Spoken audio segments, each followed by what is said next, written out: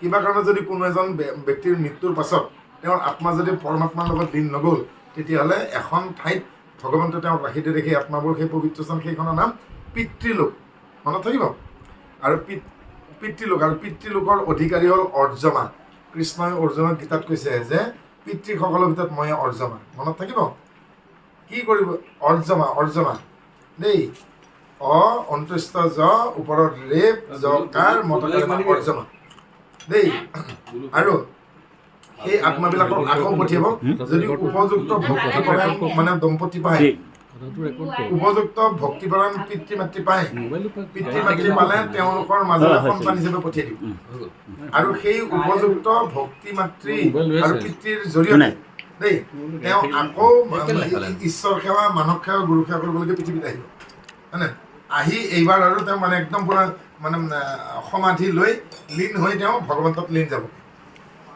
পাইছা বুজি তাৰমানে শেষবাৰ ভগৱন্তৰ লগত লীন যোৱাৰ আগমুহূৰ্তত পৰমাত্মাৰ লগত লীন যোৱাৰ আগমুহূৰ্তত এখন লোকত থাকে সেই লোকখনৰ নাম হ'ল কি লোক সেইখনৰ নাম হ'ল পিতৃলোক মনত থাকিব দেই গতিকে সেই এই পিতৃলোকত এওঁলোক যাব পাইছা বুজি আৰু গৈ এইবাৰ আকৌ আহিব শেষবাৰৰ কাৰণে আহি উপযুক্ত পিতৃ মাতৃৰ সন্তান হিচাপে আহি দেই আকৌ ঈশ্বৰ সেৱা মানৱ সেৱা প্ৰকৃতি সেৱা হয়নে সেৱা সুখৰ পৰা বঞ্চিত নহ'ব তেওঁলোকে আৰু সেৱা সুখৰ যোগেদি তেওঁলোকে কি হ'ব গম পাইছেনে কোৱা সানযোগ্য সালুক্য সমীপা এই 5 ধৰণে তেওঁলোকে ঈশ্বৰৰ লগত লীন যাব ঈশ্বৰৰ কাষ পোৱাকে সমীপা বুলি কয় সমীপৰ পিছত আৰু নাহে আৰু বুজি পাইছা সংযোগ মানে যি লগত এতিয়া আকৌ বাৰে বাৰে আহি পেলাই ঈশ্বৰৰ লগত যে সংযোগটো ৰক্ষা কৰি থাকে দেই এই হ'ল সানযোগ্য আমি উপস্থিত হৈছোঁ নাৰায়ণপুৰ আৰু সাৰূপ্য তেওঁৰ নিচিনা ৰূপ আৰু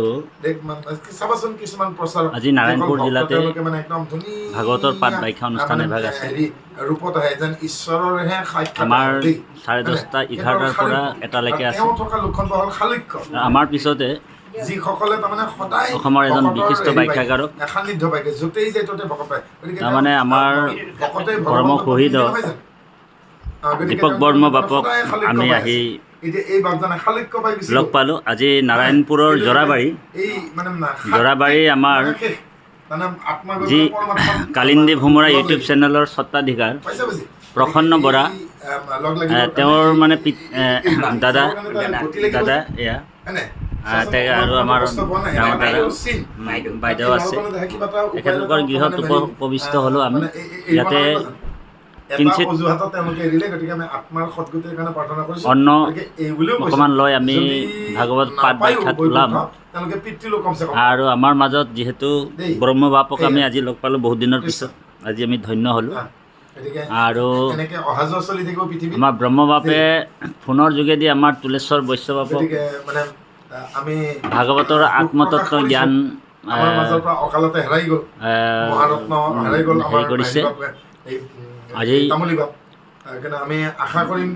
তামলী বাপৰ আজি বিয়োগ হ'ল যোৱাকালি ৰাতি আমাৰ পূৰ্ণ তামলী বাপ নাজিৰা জিলাৰ গতিকে তেখেতৰ খবৰ লৈছে আমাৰ তুলেশ্বৰ বৈশ্য বাপ আমাৰ মাজত উপস্থিত আছে এয়া অমূল্য বৰা বাপ পলাখনি আৰু যিহেতু আমি বাপজনক লগ পালোঁ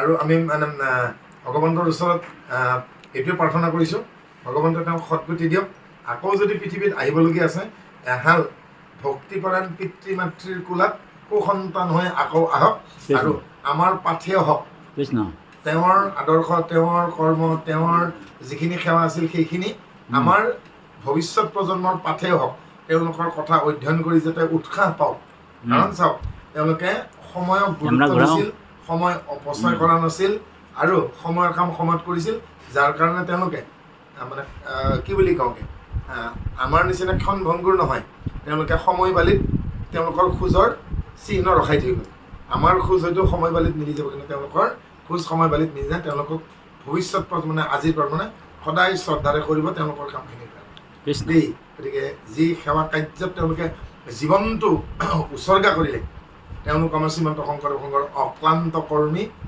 আৰু সেইসকলৰ ত্যাগৰ মূল্য আছে আৰু আমি ভাবোঁ আমাৰ আজিৰ প্ৰজন্মই ভৱিষ্যত প্ৰজন্মই সেই ত্যাগক স্বীকাৰ কৰিব আৰু তেওঁ কথা খাদ্যই আপুনি উত্তৰ দিলে ভাল পাম। আপোনাক অসমৰ বিভিন্ন জেগাত দেখা পোৱা যায়, এই ধেমাজি, এই গুৱাহাটী, এই ধুবুৰী, প্ৰতি জেগাতে আপুনি ঘূৰি আছে। ইয়াৰ মানে ভাগৱত পাঠ কৰি পেলাই আপুনি কিবা উপকৃত হৈছোঁ বুলি ভাবিছে নেকি? বা আপোনাৰ দ্বাৰা অন্য কোনোবা ভকতে মানে উপকৃত হৈছে বুলি আপোনালোকে কিবা তেনেকৈ মেছেজ দিছে নেকি? সেই কথাটো আপুনি জনাবনে অকণমান প্ৰভু? কৃষ্ণ, এতিয়া প্ৰথম কথাটো হ'ল মোক ক'লে জানে এইখন আমাৰ ধেমাজিৰ পৰা ধুবুৰী, ধুবুৰীৰ পৰা ধেমাজি, বৰাকৰ পৰা ব্ৰহ্মপুত্ৰ, গতিকে এইখন অসম, মানে দুটা বৰাক আৰু ব্ৰহ্মপুত্ৰ আৰু দুটা দন্তীয়া ধ, ধেমাজি আৰু ধুবুৰী, অৰ্থাৎ দুটা দন্তীয়া ধ আৰু দুটা বৰ মাজৰ ঠাইখনৰ নামে হ'ল অসম। মানে বৰাকৰ পৰা ব্ৰহ্মপুত্ৰ, ধেমাজিৰ পৰা ধুবুৰী, হয়নে নহয় ছাৰ? গতিকে এইখন বৰ অসম আৰু এইখন অসমখন আমাৰ মাতৃভূমি, আৰু এই মাতৃভূমিৰ আহ্বানত আমি পুত্ৰ হৈ মাতৃভূমিৰ সেৱাত কেৱল ভাগৱতৰ বাবেই নহয়, কেতিয়াবা যদি ৰক্তদান কৰিব লাগে, এতিয়া বানপানীৰ সময়ত সাহায্যৰ কাৰণে এতিয়া বানপানী আহিবগৈ, গতিকে যেতিয়াই সময়ৰ আহ্বান আহিছে আমি আহ্বানক কেতিয়াও নেওচা নিদিওঁ। আৰু সেই গতিকে আমি সময়ৰ আহ্বানৰ প্ৰতি লক্ষ্য ৰাখি কেতিয়াবা হয়তো মিটিঙৰ বাবে, কেতিয়াবা সভাহৰ বাবে, কেতিয়াবা কোনোবাখন স্কুল বা কলেজত এটি মটিভেশ্যনেল স্পীচ দিয়াৰ বাবে, কেতিয়াবা কাৰোবাৰ সকামৰ বাবে, কেতিয়াবা বন্ধু এজনৰ পৰিৱৰ্তে কেতিয়াবা ভকত এজনকে এবটল তেজ লগাম। গতিকে যেতিয়াই প্ৰয়োজন হয়, আমাক দৰকাৰ হয়, আমাক বিচাৰে, আমি তালৈকে আমি ঢাপলি মাৰোঁ। আৰু সাধাৰণতে মই নাইট মাৰ্চ কৰোঁ। কিহৰ কাৰণে?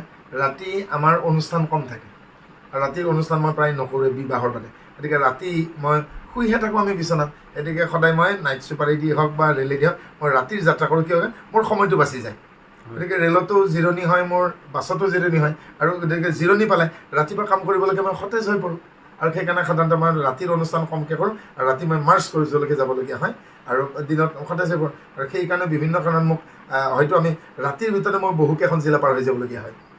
গুৱাহাটীৰ পৰা মই আজি এতিয়া লখিমপুৰ আহি গৈছোঁ, এতিয়া কামৰূপ জিলা এৰিলোঁ, কামৰূপ জিলা এৰাৰ পিছত মই ৰঙিয়াত সোমাইছোঁগৈ, ৰঙিয়াৰ পৰা আকৌ মই ইফালে বাস্কাত সোমাইছোঁগৈ, বাস্কাৰ পৰা চিৰাং পাৰ হৈছোঁগৈ, ইফালে আকৌ আহি পেলাই দৰং ডিষ্ট্ৰিক্ট পাৰ হৈছোঁ, দৰঙৰ পিছত শোণিতপুৰ পাৰ হৈছোঁ, শোণিতপুৰৰ পিছত আজি এই বিহপুৰীয়া এই হেৰি পালোঁ, আমাৰ লখিমপুৰ জিলা পালোঁহি। হয়তো ৰাতিৰ ভিতৰত মই আকৌ ধেমাজি পাৰ হৈ গুচি যাম, অৰুণাচল পামগৈ। গতিকে ৰাতিৰ ভিতৰতে কিমানখন জিলা পাৰ হৈ আহিব লগা সময় এটা কৰিব, সময়ৰ তাগিদা।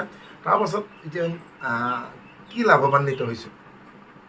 এতিয়া লাভৱান্বিত এইটোৱে, যেতিয়া এগৰাকী মাতৃয়ে বা এগৰাকী পিতৃয়ে সন্তানক পঢ়ুৱাবলৈকে আৰম্ভ কৰে ঘৰত, অ আ ক খ, তেওঁলোকে আকৌ এবাৰ পঢ়ে। আমি সৰুতে নিজে পঢ়িছোঁ স্কুল কলেজত, ইউনিভাৰ্চিটিলৈকে পঢ়িছোঁ, কিন্তু যেতিয়া আমাৰ জীৱনত সন্তান আহিছে, সেই সন্তানক যেতিয়া আমাৰ শ্ৰীমতী হওক, আমি পঢ়ুৱাইছোঁ, অ আ ক খকে আমি এলফাবেটিকেল পঢ়াইছোঁ, তেতিয়া আমি আকৌ এবাৰ পঢ়া নাইনে? ল'ৰা ছোৱালী পঢ়াব লাগিছে, আমি আকৌ এবাৰ পঢ়া নাইনে? গতিকে আমাক পিতৃ মাতৃৰ ছত্ৰছায়াত থাকি পেলাই আমি গীতা ভাগৱত পঢ়িলোঁগৈ, পঢ়ি এতিয়া আকৌ সমাজে মাতোঁতে আমি আকৌ পঢ়িছোঁ। গতিকে আমাৰ বাৰে বাৰে আমাৰ এইটো পুনৰাবৃত্তিত আমাৰ পৌনঃপৌনিকভাৱে আমাৰ লাভ হৈছে। কিহৰ কাৰণে? আমি আগতে জনাৰ কাৰণে পঢ়িছিলোঁ, এতিয়া পঢ়িছে যদি আকৌ এতিয়া যেতিয়া আমাক এই ৰাইজে নিমন্ত্ৰণ দিছে, ভক্তবান ৰাইজে আমাক নিমন্ত্ৰণ দিছে, নিমন্ত্ৰণ দিওঁতে আমি কি কৰিবলগীয়া হৈছে? আজিকালি প্ৰায়ে দেখিব আপোনালোকে, এই আমাৰ অনিল তাঁতী বাপেই হওক, ৰন্তু শইকীয়া বাপেই হওক, প্ৰাণজিৎ বাপেই হওক, জগত ভনীয়ে হওক, আমাৰ চন্দন কোঁৱৰৰ বাপেই হওক, আমাৰ যিসকল ভাগৱতীয়ে আজিকালি ভাগৱতত যায়, আৰু এতিয়া উঠি অহা প্ৰজন্মই বিভিন্ন ধৰণৰ প্ৰশ্ন সোধে। গতিকে আমি সাজু হৈ যাবলগীয়া হয়, কাৰণ কেতিয়া কি প্ৰশ্ন আহেগৈ আমি গম নাপাওঁ। গতিকে কেতিয়াবা কৈ দিয়ে সমিতিয়ে যে অমুকটো অধ্যায় আপোনাৰ তাত পৰিছে বা অমুক একাদশ কন্যাই চোৱা। গতিকে আমি সেই অধ্যায়ৰ ওপৰত আমি গৃহতেই প্ৰিপাৰেশ্যন কৰিবলগীয়া হয়, কাৰণ সময়ত গৈ পেলাই যদি আমাক সোধা প্ৰশ্নৰ যদি উত্তৰ দিব নোৱাৰোঁ, আমি লজ্জানত হ'বলগীয়া হয়। গতিকে আমাৰ যিসকল পাঠক আজি বা ব্যাখ্যাকাৰ, তেওঁলোকৰ এটা লাভ হৈছে কি যে শ্ৰেণীকোঠাত শিক্ষকে পঢ়াবলৈকে যাওঁতে যেনেকৈ ঘৰতে পঢ়িয়ে এটা প্ৰিপাৰেশ্যন থাকে, আজি মই অমুকটো পাঠ ল'ম, সেনেকৈ আমাৰো এতিয়া সকলোৰে আমাৰ এটা হৈছে কি আমাৰ নিজস্ব এটা প্ৰিপাৰেশ্যন থাকে। আজি দশমত হ'ব, আজি একাদশত, আজি ৰাসলীলাত, আজি নিমিনবসিত সংবাদত, আজি বৈকুণ্ঠ পুৰাণত, আজি দ্বাদশত, আজি তৃতীয় স্কন্ধত, অনাদি পাতনত, আজি প্ৰথম স্কন্ধত, আমাৰ এটা প্ৰিপাৰেশ্যন থাকে। আৰু সেই প্ৰিপাৰেশ্যনটো আমি এইটো আগতে কৰা নাছিলোঁ, কিন্তু এতিয়া আমাৰ এই অনুষ্ঠানসমূহ নিমন্ত্ৰণে আমি বাধ্য হৈছোঁ, সময় বাধ্য কৰাইছে, যাৰ ফলত বহুত পাঠকে পঢ়িব লাগে পঢ়ি যায়, কিন্তু মই ভাবোঁ লাগে কমকেই অনুষ্ঠানটো হওক, কিন্তু সেই অনুষ্ঠানটোৰ পৰা যিসকল শ্ৰোতা তেওঁলোকো লাভ হওক আৰু আমাৰো লাভ হওক, নহয় না? নহ'লে কিন্তু আমি কি হ'বগৈ, সেয়া মানে এই পঢ়িব লাগে পঢ়িছে, কৰিব লাগে কৰিছেগৈ, কিন্তু মানে তাৰ কোনো কাম নহয়। গতিকে শ্ৰোতাই মনোযোগ জীৱনটো ভাগৱত পাঠ কৰি থাকিলেও কিন্তু তাৰ পৰা একো ল'ব পৰা নাযাব যদি হেৰি নকৰে, হাতী গা ধোৱাৰ নিচিনা হ'ব যদি তেওঁলোকে গুৰুত্ব দিয়ে। কাৰণ ইফালে পাঠ চলি আছে, ইফালে তেওঁলোকে অন্যমনস্ক দিয়ে। সেইকাৰণে আমি ধেমালিতে হ'লেও সদায় কওঁ যে পৰীক্ষিতে নিদিলেও আমি ভাবোঁ ভগৱন্তই আৰু এঠাইত কলি আৰু শনিক দিলে, সেয়া হ'ল নামঘৰৰ দুৱাৰমুখত য'ত আপোনালোকে চেণ্ডেল জোতা পাদুকা খুলি থৈ পেলাই ভৰি হাত ধুই নামঘৰত সোমাইগৈ, এই য'ত চেণ্ডেল জোতা খুলি থৈ যায় সেইখিনিতে গম পাব শনি আৰু কলি দুই শালপতি বহি থাকে।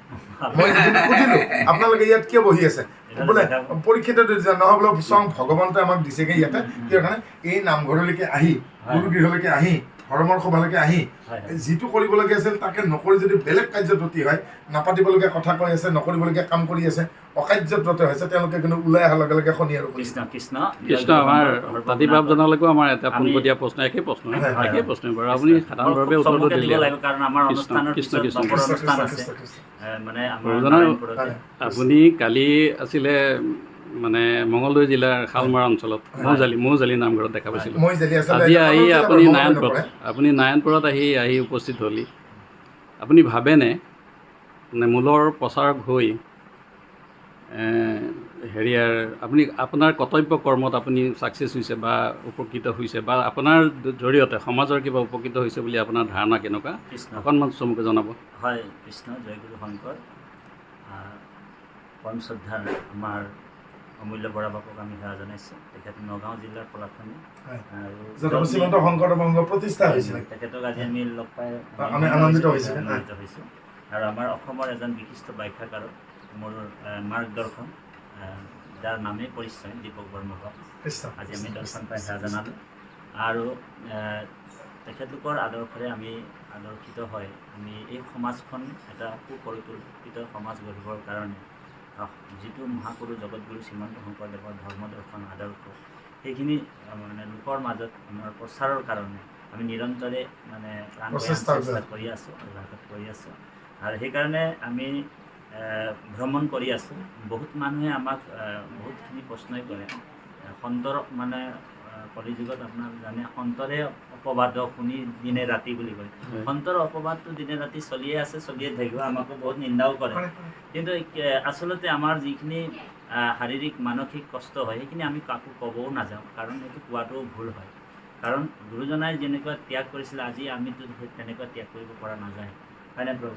গতিকে সেই মানে গুৰুজনাই 100 ভাগৰ ভিতৰত আমি মাত্ৰ 1%ৰো আধা % সেই মহাপুৰুষ গুৰুজনাৰ যিটো একশৰণ হৰিনাম ধৰ্ম, যি মানে এক দেৱ এক সেৱ একবিনে নাই কেৱ, যি এক ঈশ্বৰবাদ, আৰু গুৰুজনাৰ মতে যিটো সাম্যবাদ ঐক্যবাদ ভক্তিবাদ, যিটো সম্পূৰ্ণৰূপে ঈশ্বৰ তত্ত্বমূলক দি জাতি বৰ্ণ ধৰ্ম নিৰ্বিশেষে একতাৰ বুলেৰে বান্ধি থৈ গৈছিলে। যদিও গুৰুজনা নাই, গুৰুজনাৰ বাণীবিলাক আছে, আৰু সেইকাৰণে সেই বাণীবিলাকক আমি এই হৃদয়ত ধাৰণ কৰি আমি সেই প্ৰচাৰ প্ৰসাৰ কৰি আছোঁ নিৰন্তৰ। তাত আমাৰ ভাগৰুৱাৰ কোনো কথা নাই। আমাৰ যদি মানে এই হেৰিতে আমাৰ প্ৰাণো গুচি যায়, আমি সেইটো প্ৰভু ভগৱন্তক যিহেতু আমি দেহাটো ঈশ্বৰক অৰ্পণ কৰি থৈছোঁ, আৰু সেই দেহটো যেতিয়া ঈশ্বৰক অৰ্পণেই কৰা আছে, দেহটোৱে ঈশ্বৰে ৰাখিলেও ৰাখিব, মাৰিবও ৰাখিব, তেওঁ কাম তেওঁ কৰিব ন প্ৰভু। গতিকে আমাৰ দীপক বৰ্মা বাবু তেনেকুৱা, আজি গুৱাহাটীত, কালি ডিব্ৰুগড়, পৰহি চাব ধেমাজিত, তাৰপিছত চাব অৰুণাচল, বোলে ক'ত আছে, বোলে নলবাৰী নহয়, বোলে ধুবুৰীত আছে।